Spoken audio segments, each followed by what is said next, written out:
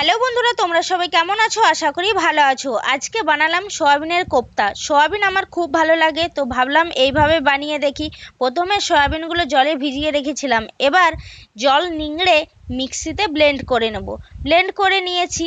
আর এদিকে পেঁয়াজ, টমেটো, আদা রসুনও বেটে রেখেছি। আর একটা বাটিতে পেঁয়াজ, কাঁচা লঙ্কা, ধনেপাতা, আদা রসুন কুচিয়ে রেখেছি।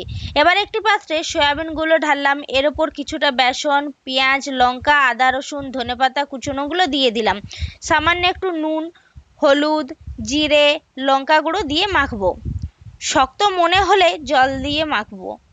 আগে থেকে আলু সেদ্ধ করে রেখেছিলাম, একটু দিয়ে দিলাম। এবার মেখে গোল গোল করে শেপ করে নিলাম। কড়াইয়ে তেল গরম হয়ে এলে একটা একটা করে তেলে ছেড়ে দেবো। এপিঠ ওপিঠ উল্টে পাল্টে লাল লাল করে ভেজে নেব।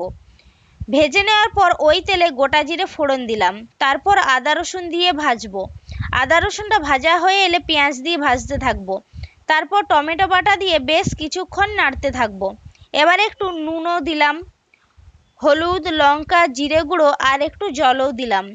নেড়ে চেড়ে মশলা থেকে তেল ছেড়ে এলে সেদ্ধ আলু দিয়ে কষতে থাকবো। তোমরা আলু নাও দিতে পারো।